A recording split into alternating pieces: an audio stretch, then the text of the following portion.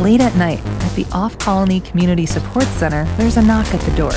You crank open the little window to peer at the frowning, one-eyed Martian outside and ask yourself one question. Should I let them in? Welcome to the Playdate podcast, bringing you stories from game designers, developers, and the team behind Playdate, the little yellow game console with a crank. I'm Krista Mergen. Today, I'm talking with game designer and developer Lucas Pope, whose game Mars After Midnight is an entrance screening, mess tidying, session planning work simulator made just for Playdate. Spoiler alert, in this episode, we talk about the overall gist of the game, its systems, and mechanics. Also, for any sensitive ears, there is one mild swear word. Lucas Pope is primarily known for his games Papers, Please and Return of the Obra Dinn, two incredible indie games that won the Seamus McNally Grand Prize at IGF, Independent Games Festival. He also creates these detailed and fascinating devlogs where he chronicles his work, his thought process, and things he's learning about as he develops his games. They're super interesting and worth checking out if you're a developer or just curious about game development. So let's say hi to Lucas and hear about his latest game. Hi, I'm Lucas Pope, and I'm making Mars After Midnight for Playdate.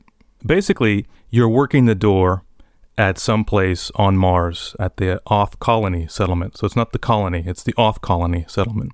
And you flip open a small little window. You can see in this classic sort of movies and things, they flip open a window to see who it is. And then if it's somebody who's supposed to come in, then you open the door and let them in. And that's basically the premise. Yeah. You also have to clean up after them and plan other sessions to help more Martians, but deciding who gets to come in is your primary job. Similarly, in Papers, Please, you work as a border crossing agent in a dystopian country, where your job is mostly to review paperwork and documents, deciding who gets to pass through the checkpoint. I feel like Mars After Midnight is a distant, way more fun and lighthearted relative of that game. Not exactly. I wanted to make something that my kids could enjoy, so that's the lighthearted part. And then the Papers, Please thing, I think just comes from, I focus on first-person games, I think. And when I started messing around with the Playdate, I thought it would kind of make sense if you were looking through a small window and you had to kind of look around. And so putting those two things together, what can I do with a small window in first person? Okay, showing funny faces would be nice. And then it moved along from there. Where's like a setup where that can work? All right, you were kind of working the door as a bouncer or something. I didn't have any context at that point. And then I implemented that and I thought, actually, this is fun. When I give it to the kids, they like to just open the little window and then look at a funny alien face, and that's enough. But you implement that and then you realize you think you're done, but when you actually play it, it wasn't quite enough. So I kept like kind of adding small things until I felt like, okay, now it's enough. And it's still a much smaller game than Papers, Please or Obra Dinn or something like that. Yeah. So I briefly described Papers, Please, but Return of the Obra Dinn is an adventure puzzle game that Lucas released in 2018. And like Papers, Please and Mars After Midnight, it's a first-person game, and in it, you're an investigator in the early 1800s who has to unravel the mysteries of a merchant ghost ship that has reappeared after going missing 5 years earlier. And like all Playdate games, Return of the Obra Dinn uses an entirely one-bit black and white art style, albeit on a much larger screen than Playdate's. And while it's definitely more intricate and dark than Mars After Midnight, I feel like there's a clear through line between both Papers, Please and Return of the Obra Dinn to what Lucas has made for Playdate. I felt like for the platform and for the interface, it kind of worked really well. And it was the kind of thing like for a lot of my games where it really evolved over time. So first it's looking through a window, then it's just funny faces, and then, okay, maybe I can set it on Mars. It would be cool if it's Martians you're looking at. That would give me some flexibility with the art style at least. And then I built this procedural face generator. Yeah, you should check out the devlog post about the face generator. More on that in a bit. And then put everything together and rack my brain for a while to figure out how to get a closed game loop that was fun with that. And then that's when I ended up adding this cleaning the table mechanic where you let somebody in and there's free refreshments so they can get some food. And they mess up the table, so you need to clean it for the next person. So keeping it pretty simple, but at least enough there that there's a closed loop of things that you're doing to build a story out of, which I haven't, actually worked out yet. Oh, by the way, this interview was recorded in September 2023. So since then, Lucas actually has worked out the story, but I'll leave that for you to discover. So how did he hear about Playdate? Did someone from Panic reach out to him, since Return of the Obra Dinn uses a one-bit graphic style? No, I don't think so. I've never been so wounded in my life, by the way. I'm kidding, but it was just the first marketing beats on it. I think I saw them. That was it. But it was the kind of thing where like it's basically the console that I would dream about. Being a fan of the Mac 1-bit stuff, Also, it has just enough of a new interface thing to keep my mind active with the crank and things like that. So I have some of the similar sensibilities for this kind of hardware. I mean, it was basically that. Like, wouldn't it be fun to challenge myself to see if I can make something for this console, which hits a lot of the points that I like about hardware like that. It's a little bit retro, but also stylish and modern. It has the crank, so there's new ways to interface with it. And then also it's 1-bit, so it has these sort of crazy restrictions that are a lot of fun to design around. I mean, when I originally heard about it, I think one of the rumors was that it was made for basically emulating Game & Watch games. Yeah, well, not for emulating existing Game & Watch games, but creating games in the Game & Watch style was one of the very earliest ideas for Playdate. You can hear more about that in the first episode of the podcast, The Story of Playdate. So even there, I'm interested, actually, because I'm a big fan of Game & Watch stuff, too.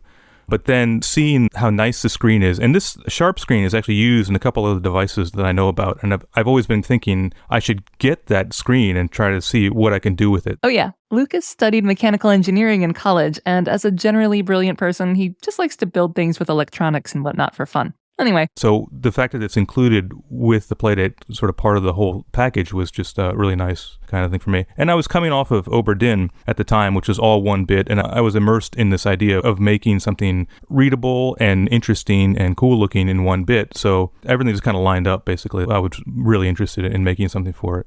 For me, Oberdin was a really big, tiring project, and after that, I felt like exhausted, basically. And Playdate was a way of just taking it a little bit easier, more relaxed. Also, it was during the pandemic, so I was spending more time with my kids, and I thought this is something my kids could enjoy playing if I can get it just right. Not quite as many deaths, not as much blood, then maybe my kids will enjoy it, sort of thing. So yeah, just a lot of things lined up to make the Playdate the perfect place for me to start working. I feel like this is so validating for us. Maybe I shouldn't say that out loud. But yeah, so after making this sort of dark, sophisticated game, making something smaller, lighter, and more fun felt right to Lucas. But I wondered if after having two huge hits, which were both sort of weighty and complex, there might be some pressure around Mars After Midnight to follow in that same vein. Right. I'm trying to manage expectations for this. I think it helps that it's a small device. It's supposed to be portable and pick up and play. It's not supposed to be deep and involved. And actually, when I first started thinking about what to do for the Playdate, I had sort of more involved ideas about a deeper game. I had another game concept, basically, that was more involved and a lot more serious and things like that. Still use the crank, but in a very different way. And when I started thinking about that more, and when I got the hardware especially, I felt like that is not really right for the sort of the way you use the Playdate, the kind of theming of the Playdate and the way that you interact with it is not quite right for what I had in mind before. And that's when I put Mars together and started working on that instead. And having just finished a much more ambitious game that was also rendered entirely in a 1-bit black and white graphic style, I figured he was pretty well prepared to design a game for Playdate. What I learned on Oberdin is that, for me at least, the most important thing is clarity, is being able to tell what is going on, being able to see clearly, to understand the visuals, because it's easy to get caught up in the sort of dither punk style that looks really cool, but is just hard to interpret. And as an indie, for me anyways, it's easy to fall in the trap of thinking that like what this looks like is the most important thing. It looks so cool, and then therefore everyone's going to like it. But really, I mean, objectively, I think people will really spot the kind of deficiencies in 1-bit pretty quickly and easily, and then they'll start to wonder, why is it in 1-bit? Like, if I could just see it, I can enjoy it a lot more. So I've really tried to focus on that part of making it so that nobody ever questions or wants it to be more than 1-bit. And this was something for me when I played Mac games when I was a kid. It never occurred to me that I wanted color in these games. I don't know, maybe I'm just weird, but that's the kind of feeling I wanted to get, is like, when you play this game, you don't want color. You don't want a higher resolution, or you don't want these things that are not there. And so for Mars, that also involves dealing with hardware, the hardware itself. There are quirks about the hardware, the screen specifically, that you don't really think about when you're thinking abstractly about 1-bit, but then you sort of put them together and you put them on the console and you realize that, for example, the refresh rate, it will strobe if you don't arrange your dither patterns in the right way when you're scrolling, for example. Just as a quick reminder, dither patterns are like cross-hatching or stippling in other forms of art. Since you only have black and white to work with in 1-bit art, creating patterns of alternating black and white pixels in different ratios can effectively give you shades of gray. Okay. So if you want to scroll horizontally, you don't want to use a checkerboard dither pattern because it's going to strobe the pixels a little bit. It's not a huge problem, but it's enough for me to notice anyways, and to be like, if I just stretch my dither patterns horizontally, if I'm scrolling horizontally, then the problem goes away. So it's those kinds of little issues and things are what I live for, basically. I love that stuff. I love to notice little things like that and then fix them up. And so the 1-bit style is like the ideal black and white, not even thinking low resolution. And then, okay, now adapt that for low resolution, physically very small device with these kind of hardware quirks. And so coming off Oberdin, I was already thinking in black and white, I guess, for art styles. So how do you draw things and shade things in 1-bit? How you use hatching instead of gradations and things like that. But unlike Return of the Oberdin, where Lucas rendered 3D content from Blender with real-time post-processing into 1-bit, the art for Mars After Midnight was all hand-drawn. Yeah, the hand-drawn stuff was just a lot easier to manage and maintain. And also, I'm not that great of an artist, so if I hand-draw it, I'm just not doing the kinds of complex things that you could do in 3D, basically. I'm not doing the shading, the deep stuff like that, so my shadows can all be just fully on or fully off, and other basic stuff to make it just naturally work better in 1-bit. I think one of the other big differences between what I was doing with Oberdin and what happens on Playdate is that dithering on Oberdin, where you stipple the black and white to get different shades of gray, it didn't really work because the screen is so big and the pixels are physically so large. On Playdate, actually, you can get pretty good shades of gray because it's so small. The pixels themselves are so physically small. You can get shades of gray out of it. But my mentality was already don't dither anything. So there's a little bit lost there, but I think I just tried to incorporate that into the style of it being more just higher contrast and not having a lot of shades and tones and things like that in the Playdate game. And I incorporated all that into the procedural face generator. And the art style, I tested a lot to see, is it legible on screen? Is it something you'd want to look at on screen? Things like that. And that whole process has been really a lot of fun. Probably the most enjoyable part of the art side of it. Nice. Well, I wanted to hear more about the procedural face generator, and we're about to. But there's also a really fantastic post about it on his devlog, which again, I highly recommend you check out. Lucas is a really engaging writer, and I love how open he is about sharing his development process. It's clear that he just really enjoys the cycle of discovery, learning, and iteration. Yeah, this was a lot of fun, and this is probably the part that took the longest, is just figuring out how to make these faces. And it's something I realized a couple years ago, that my games just have a lot of people or characters in them. And I'm not sure why. Oberdin has 60 crew members, and then Papers, Please has randomly generated faces as well. And I think, just keeping the streak going here for this one. But if I was a good artist, I could just draw 100 or 1,000 or whatever really interesting Martian faces, but I'm not that good. Come on, he's pretty good. And another thing is, when I'm working on a game, it's really hard to keep my interest for a long time. It's just hard. And so something like a procedural system to do something is a way to keep myself surprised with the output on a long-term basis. And so for the faces, I decided, okay, I would draw the pieces. I would draw the eyes. I would draw a bunch of eyes. I would draw a bunch of noses, a bunch of mouths, some other things like that. And then I would have a system that stuck them all together and put them on a head, basically. I mean, it took a long time, and I'm still tweaking that system to get it to where I was happy with the results. But then you press a button and you get a random face every time. And sometimes it looks weird and not that great, but sometimes it looks really cool, and it surprises me how the pieces that I put together could generate this face this time. And so that kind of keeps me going and inspires me to okay, it would be cool if I could also add hats on these guys. So let me draw a bunch of hats and then see how I can make them attached to different heads in different ways. And like a lot of the stuff with game development, you implement a feature and then you realize there's more work to do. And so a lot of times with this face generation, I would get somewhere and realize, okay, I thought this would be great. I mean, it's okay, but I really wish it had this feature. And then I would keep adding things like that. And so over time, as I'm moving along, I lose sight of how much progress I've made, but still, I enjoy just clicking the random generator and seeing a new face. And then that allows me to sort of experience something that my kids would experience when they play the game. And also the kind of gist of the game really is that surprise when you open the window and see an alien there that is supposed to make you laugh or supposed to look funny or something. What I'm trying to really capture with this game is the kind of looking forward to what's going to happen next. That small element of opening the door and not knowing what's going to be there. You hear this knock and you don't know what's going to be there, and you open the door and see a face. So I can actually, in developing the game, I can capture that for myself by just having this procedural generator that puts together the pieces I drew, so I know kind of what the elements are, but they get stuck together in some pretty funny ways sometimes, and it's kind of rewarding to see that.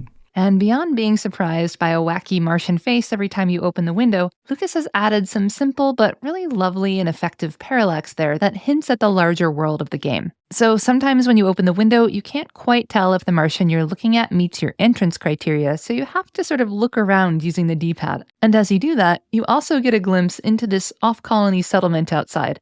And the parallax of the background elements as you move your field of view is just a really nice effect. Yeah, so for a first-person game, you're already challenged because it's so small. The screen itself is so physically small. And it made sense to me that you would be looking through a window. And part of looking through a window means moving your head around to get a better look to see what's going on outside your current view. And that's just a perfect opportunity to have all this like serious parallax going on, which is really nice performance-wise. It doesn't need to be full 3D. It's easy to put it together in 2D. Just, the actual generation of those art assets is not that challenging.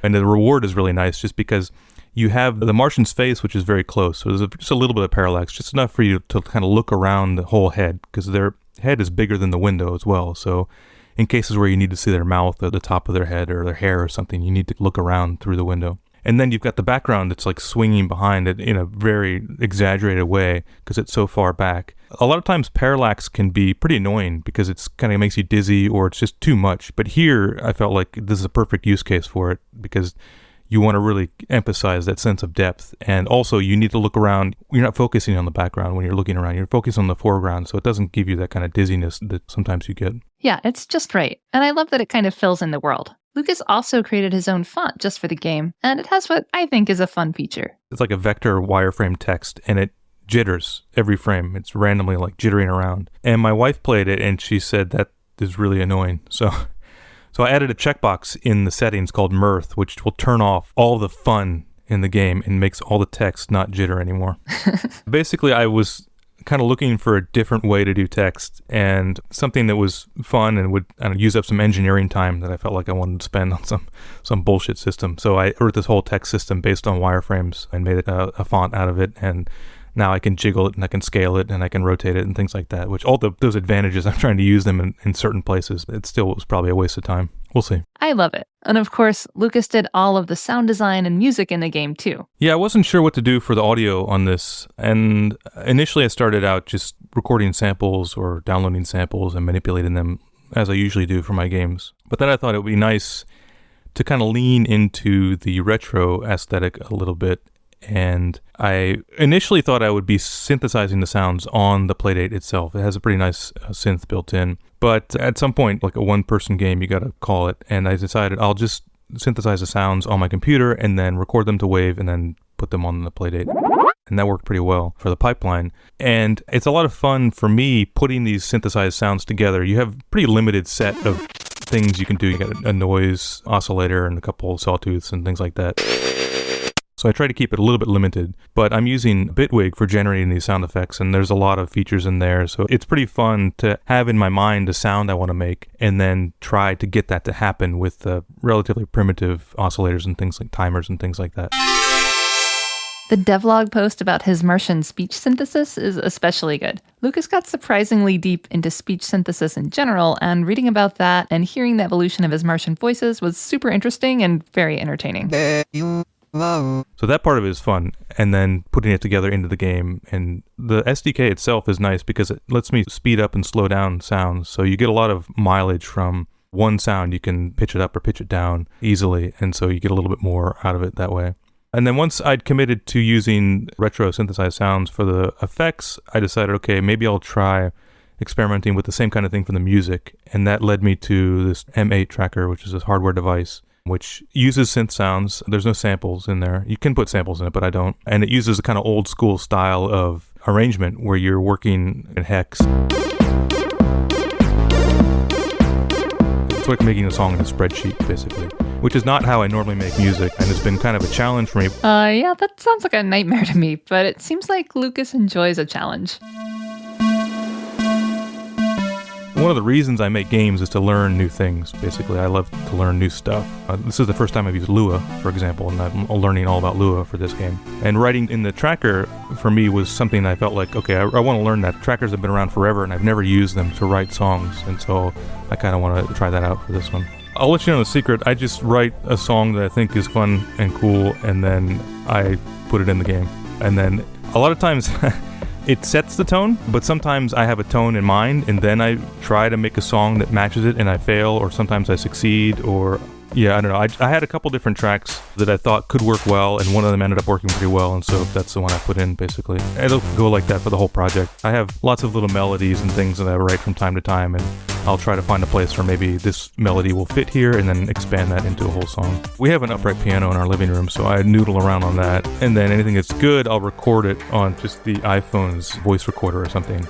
And if it's any good beyond that, then I'll transcribe it to the tracker and then try to make a whole track out of it. Nice.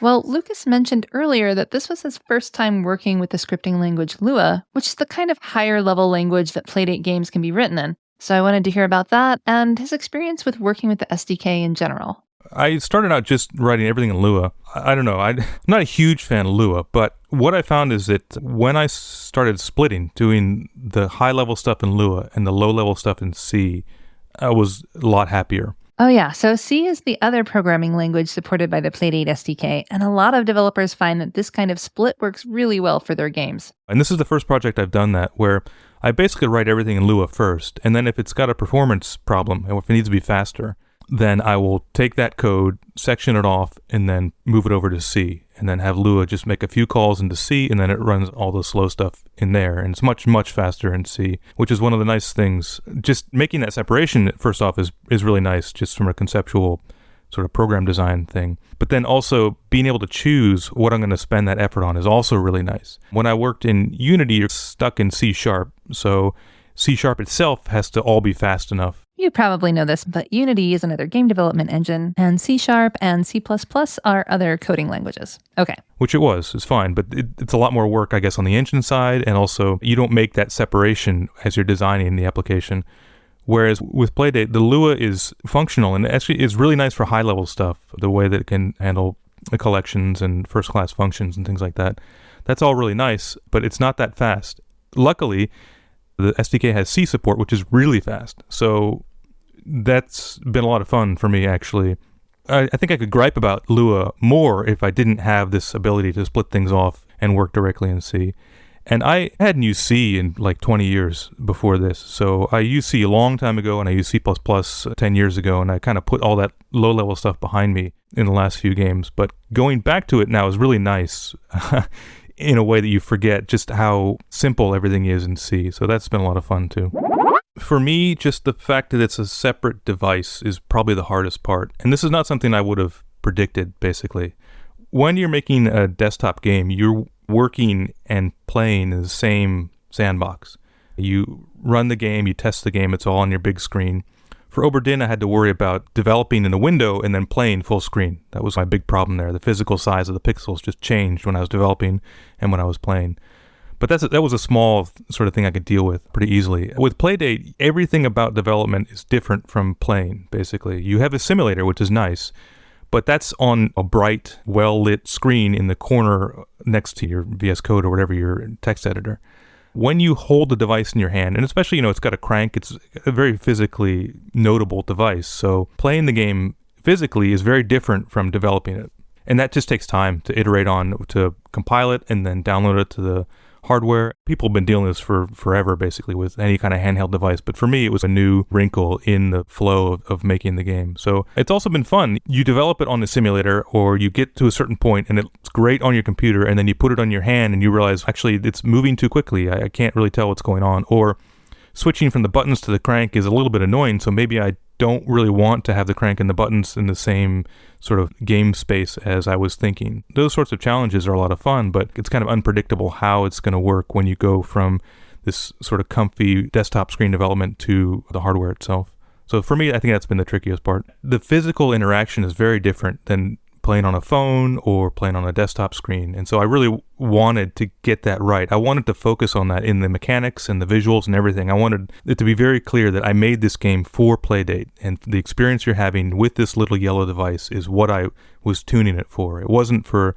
a fast simulator on a desktop screen with a bright screen. It was really for this thing with a mechanical crank, and it's this big in your hands, and it has these limitations but these strengths, that sort of thing. I was very focused on the real hardware itself. And for that, there's no substitute, to just run it on the hardware.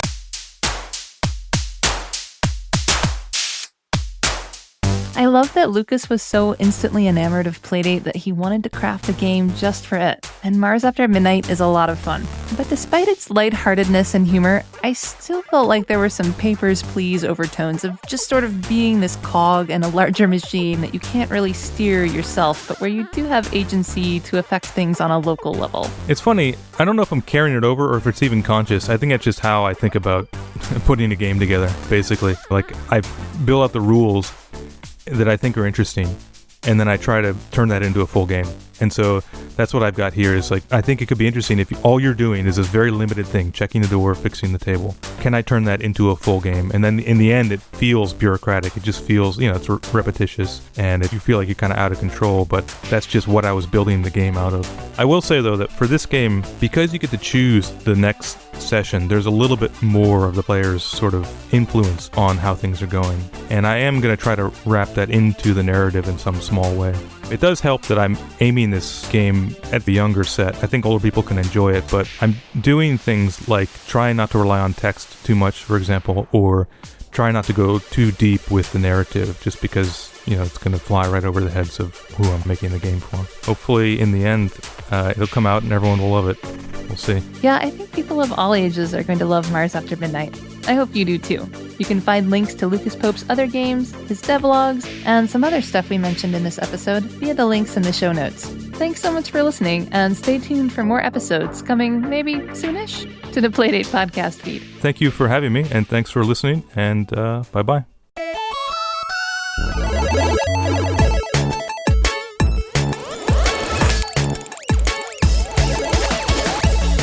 The Playdate podcast was written, produced, and edited by me, Krista Mergen. Cable Sasser and Simon Panrucker composed the theme song. Additional music and sound effects were composed by Lucas Pope and come from Mars After Midnight. Huge thanks to Tim Coulter and Asher Cabrera for wrangling the podcast feed and working on the website, James Moore for making me an awesome Playdate audio extraction app, Kaylee Stegman for putting the word out on social media, and Nevin Mergen, who created the podcast artwork and site design. And thanks as always to everyone at Panic.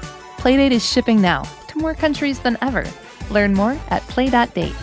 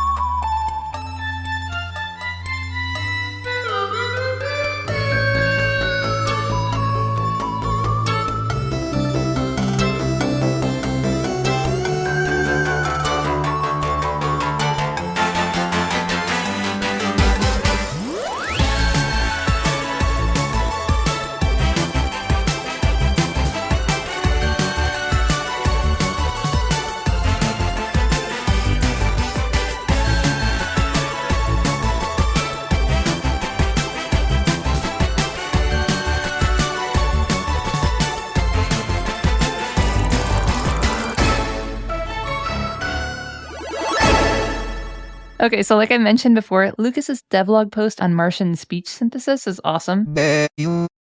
And also, it totally reminded me of when that team of scientists used sophisticated technology to recreate the voice of an Egyptian mummy. Scientists were able to mimic Nessie Amun's voice by recreating his mouth and vocal cords with a 3D printer. It allowed them to produce a single sound.